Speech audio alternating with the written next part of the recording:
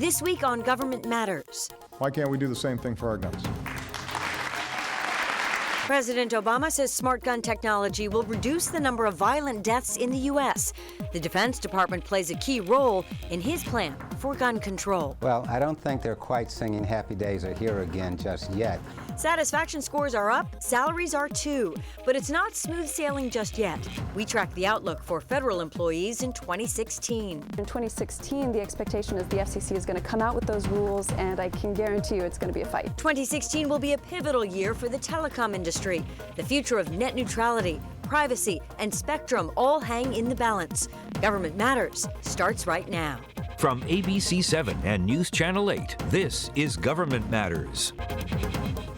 To our viewers around the world on the American Forces Network and here in the nation's capital, thanks for joining us. Government is the engine that runs this city, and that's why government matters. Every week, we'll bring you the top headlines in tech, security, and management. I'm your host tonight, Kimberly Suiters, in for Morris Jones. The Obama administration says 11.3 million people enrolled for health law coverage during open season. They'll still have 3 weeks left to sign up. Meanwhile, the Republican-led Congress returned to Capitol Hill, and priority number one, pass a bill designed to dismantle Obamacare. Kenneth Moten has more. A victory lap from Republican lawmakers on a bill to repeal Obamacare. How long have we been at this? 5 years? Getting past the Senate Democrats has always been the issue, and finally we cracked the code. The motion is adopted. The legislation, which passed the House along party lines Wednesday, also defunds Planned Parenthood. This Republican bill to defund Planned Parenthood is an insult to the intelligence and judgment of women. Democrats are calling it pointless political theater. The ongoing Capitol Hill battle is an aggressive move by GOP leaders to send a message. The country's not headed in the right direction. So we, as the alternative party, owe the country an alternative. And that's what we're going to do. For Republicans, the symbolic measure matters during this election year. They want to demonstrate to the base that they are committed to the core principles, that they are going to move things forward, not just say they're going to act, but act. The White House promised a veto on the bill to dismantle President Obama's signature health care law. They succeeded in a victory that amounts to absolutely nothing. The fact is the president will veto this bill. They know that. They also know that they don't have the votes to override it.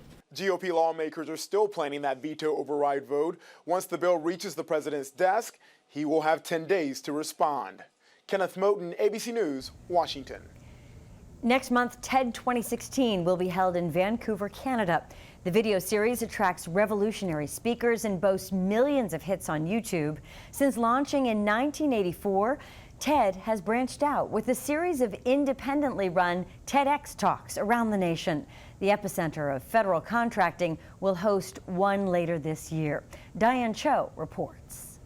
The seats in Tegna's auditorium are empty today, but come June, they are expected to be filled with 100 pre-selected guests. Because we're so strictly limited to the number and the interest is so big, it's a mini version of the big TED conference.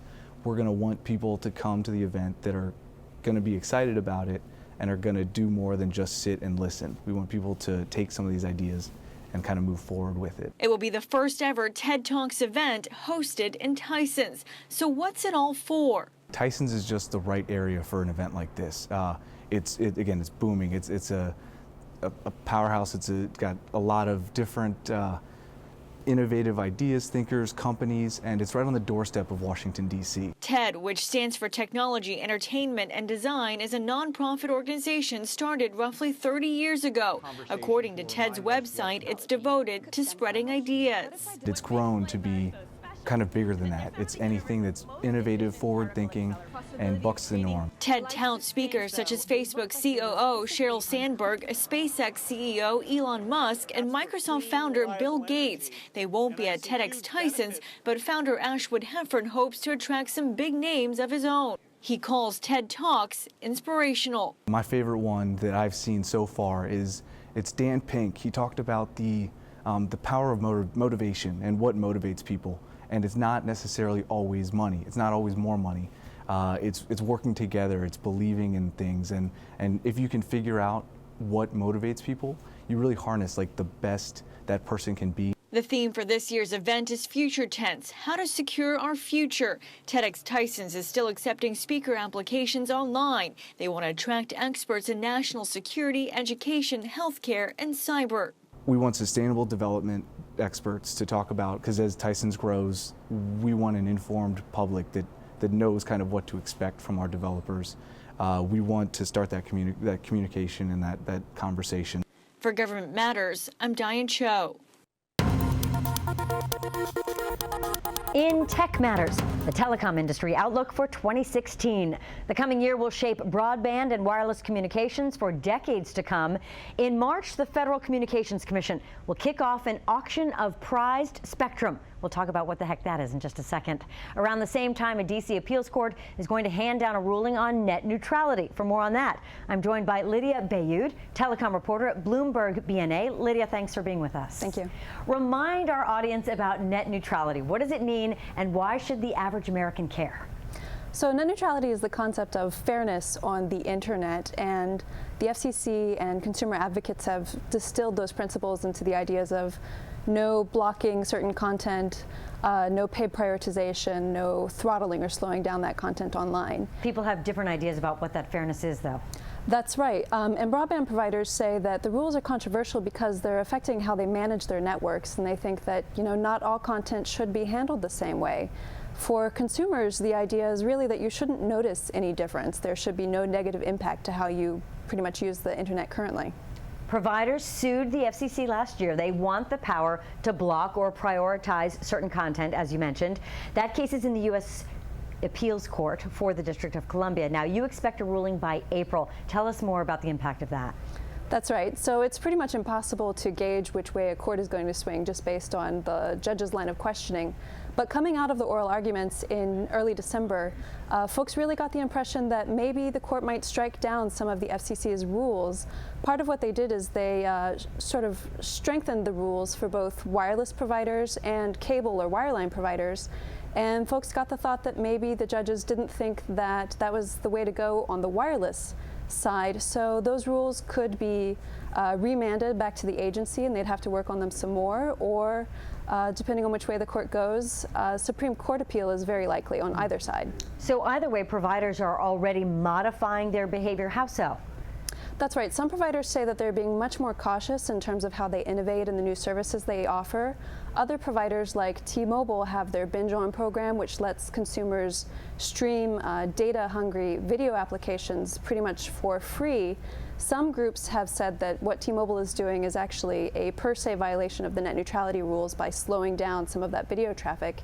T-Mobile is fighting back, and the FCC is taking a look at what T-Mobile and some of the other companies are doing in this space to try and figure out what's really going on. Yeah, no one appreciates slow. So how do privacy rules impact this discussion? Privacy rules are going to be the next big fight for net neutrality. When the FCC approved its rules about this time last year, they said, privacy rules that have traditionally applied in the telephone space are also going to apply in the broadband ecosphere. But we don't know how we're going to do that yet. Stay tuned. Now that we're in 2016, the expectation is the FCC is going to come out with those rules, and I can guarantee you it's going to be a fight. Yet another one. All right, another watershed moment for the wireless industry in 2016. In March, the FCC will auction off a lot of spectrum, and there are a lot of question marks here. What do we know? What does the FCC need to iron out here? So this is the first of its kind spectrum auction. No one's ever seen it before. Broadcasters will have the option of relinquishing some of their spectrum that will be resold by the FCC to wireless providers. And the big question here is who's going to show up on either side. How many broadcasters are interested in changing their business models, and how many wireless carriers are interested in purchasing that spectrum, and for how much money? The dark horse here is also, will other companies like Comcast or Dish Network show up and make a bid for some of that same spectrum as well? We don't know, but we will see in the next few months how things shape up. Of course, we're interested in this one. Do broadcasters stand to benefit financially if they release their own spectrum? It's thought that for some broadcasters and maybe some major markets, it could be a bit of a windfall. But for broadcasters in more rural areas, it's unclear. I think every broadcaster in the nation right now is crunching the numbers and figuring out what's the best course of action for them to take. Right, at a time when they're struggling with how to continue to be profitable. This could be helpful. All right, Lydia Beyoud, telecom reporter at Bloomberg BNA. Thanks very much. Thank you. Right now, we'll turn from tech to security. Straight ahead on Government Matters, James Bond inspired a company called TriggerSmart to install fingerprint scanners on firearms. President Obama says that kind of tech can save lives nationwide. But can DoD really help? Those details up next.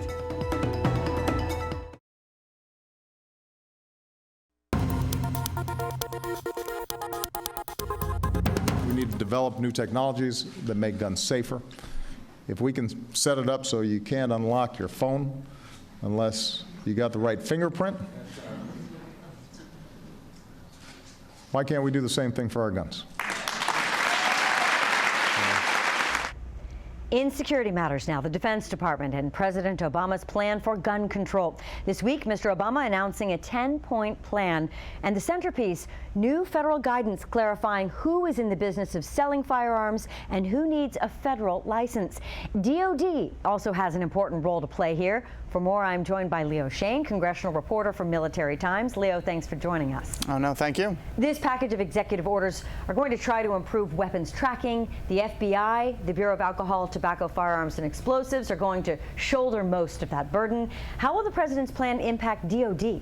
Well, you just heard that clip from President Obama about smart gun technology and more research into biometric trigger locks, things of that sort. So that's what DoD is going to be charged with. The White House wants them to take a lead role in researching this kind of smart gun technology. Are there ways to make it safer to have handguns, to have weapons of any sort, and then to be early adopters in that technology, actually find ways to implement that, give it to sidearms for troops stationed stateside or even troops overseas, find ways to make those guns just safer in general. This is a pretty wide-ranging initiative. Where is DoD not involved? Yeah, so some of the other things you mentioned, those tracking initiatives, the new hiring, the background checks, the federal licensing, all that goes into ATF and the FBI. The DoD isn't involved in that, but the smart gun technology is going to be an interesting aspect for them, and you know, pulls them into the larger debate of this gun control measure. Leo, is this smart gun technology a new field for the Defense Department, or have they already been dabbling in it? They've done quite a bit of weapons research. This specific safety idea, the fingerprinting, things of that sort, that's not DoD's specialty. I mean, they're in the job of making weapons more lethal. Are there ways they can make guns more accurate, make them able to shoot around corners? Some of the research they've done in the past has been very expansive in those areas. So it'll be a little bit of a departure, but you know, the Defense Department knows weapons and knows weaponry, so it's a logical place to put that research. There's no shortage of opposition, of course, to these measures on Capitol Hill. Republicans control both chambers of Congress. How much does this gun control push rely on new funding? Yeah, that's a big question now, because this is just a fairly broad charge that DoD be involved in the research, but we haven't seen any dollar signs attached to it yet. So if it's something where we're looking at the defense budget growing or taking up a sizable portion, then Congress will have to get involved, and then you have the opportunity for lawmakers to stymie these efforts, so, you know, withhold the funding or deny DoD any money to do that. And you know, defense budget has been a big point of contention in recent years anyways, so there's not a lot of extra money to be doing wide-ranging research like this. Do you anticipate the funding will be a sticking point? I mean, the president really went around Congress on this one. It'll be interesting. I don't know how much of this can be integrated into existing weapons research. You know, everything becomes a debate on Capitol Hill, so it will likely be something that is a fight on Capitol Hill at some point. So it's no secret the military has pretty strong opinions about weapons, of course. They don't always align with the term gun control. Before you go, I'm curious, what will the rank and file make of this initiative? I think at least initially this is just going to be, you know, pretty much indifference to it. You know, the mandate right now is that DoD be early adopters and see ways to integrate this in, but there's no specific timeline, there's no specific charge that has to be implemented. So, you know, many veterans groups are concerned about some of the other portions of the gun control issues, the mental health checks, the background checks, and fears that veterans coming back with PTSD or with depression might have guns withheld from them, may not be able to purchase guns. So I think that'll be more the forefront. You know, in terms of how this develops with DoD, it's going to take a long time before we see any real impact on troops. Yeah, that's a good point. I mean, a fingerprint or a retina scan or a code isn't going to impact someone who actually has a mental health issue and a weapon. Sure, absolutely. Leo Shane, congressional reporter for Military Times, thanks for joining us. Thank you. We will turn from security to management straight ahead on Government Matters. It's election season, a time when each party in Congress pushes partisan priorities. Will federal workers be swallowed by that wave or continue to rise? The Federal Diary columnist joins me up next.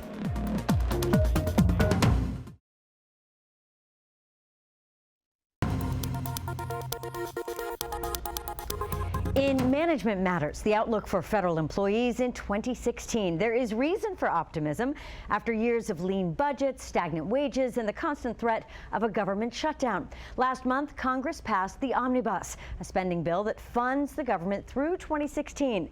It also gave federal workers a modest raise. So, are happy days here again? For answers, I'm joined by Joe Davidson, Federal Diary columnist at the Washington Post. Joe, good to see you. How are you? I'm great. So after years of declining scores, are federal employees great? Their satisfaction's on the rise. Agencies have funding. Most federal workers will have more money in their pocket. What is not to like? Well, I don't think they're quite singing happy days are here again just yet. But certainly they're in a better position today than they were, say, a few years ago, when there were 3 years in a row of a freeze on their basic pay rates. This year they are getting a modest raise, 1.3%. There was no attack or a hit on their pensions, as many had feared in the omnibus bill that you mentioned. And so it's true that there is reason for optimism. There's reason to be at least a little bit more satisfied now than in the recent past. Can I ask, funding only through 2016, is that not frustrating for federal workers? Can't they get a longer span of time to count on? Well, you know, the way this Congress works, funding through 2016 is probably pretty good, because so often Congress will fund the government for just a short period of time, maybe 3 months at a time or even less, under what is known as continuing resolutions, as opposed to a full year budget. So the fact that this is going through this entire year, I think, marks some progress, certainly for this Congress. Now, you've been paying close attention to congressional efforts to change due process for federal workers. Right. This is an issue to watch in 2016. Bring us up to date on that one. Well, the due process issue is really a bubbling one. It began perhaps, or at least was really invigorated with the decision by Congress, which passed a law signed by President Obama in 2014, which really undercut due process rights for civil servants in the Veterans Administration. That was a reaction to the VA scandal, which we've heard so much about. So once that bill passed for Veterans Administration employees, for senior executives in the Veterans Administration, I should say, there has been talk since then to extend that to other agencies or perhaps across the government. That, I think, will be a very big battle if it happens. While Democrats voted for that measure, many of them, I think there's going to be a reluctance. In fact, I'm sure there will be a reluctance to vote for any bill that would attempt to extend that kind of diminution of due process rights across the board in the federal government. So what role does Republican Representative Mark Meadows play in all this? Well, Mark Meadows is a conservative Republican from North Carolina, and he is chairman of the House subcommittee that oversees the federal workforce. Now, he is a very conservative member of the House. He's one of the originators or founders of the House Freedom Caucus, which helped push former Speaker John Boehner out of office. So he's part of that group that is known as very staunch Republicans, those who not just staunch Republicans or conservatives, but those who have basically say my way or the highway when it comes to certain legislation. Mark Meadows, however, while being very conservative, he also expresses a view that is certainly open to hearing the views of federal employees. He visited 6 agencies last year. He plans to visit 12 agencies this year, and talk with federal employees. And he said he has been changed by those visits, changed in a way that he appears at least to be open to hearing the concerns of the federal workforce. Putting faces on the federal workers. Exactly. All right. Joe, it's election season. Traditionally, Congress doesn't accomplish that much during the final year of a two-term administration. That said, do you see any areas ripe for compromise, or will we see the president circumvent Congress yet again?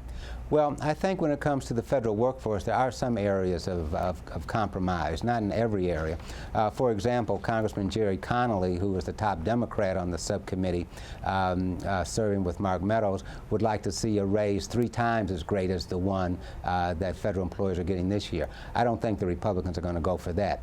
But in the area of cybersecurity, as you know, the federal government employees, contractors, and many more, some 20 million people, have been hit by a cyber theft of their personal information. I think there is agreement on Capitol Hill to do what needs to be done to tighten up cybersecurity, not just for federal employees, but across the board. So that is one area of compromise. So there will be attempts to reach compromise. Just how far that goes remains to be seen. Who wouldn't want a raise 3 times what's proposed every year? I'll put my hand up for that. Joe Davidson, Federal Diary columnist to the Washington Post. Thanks so much. Thank you.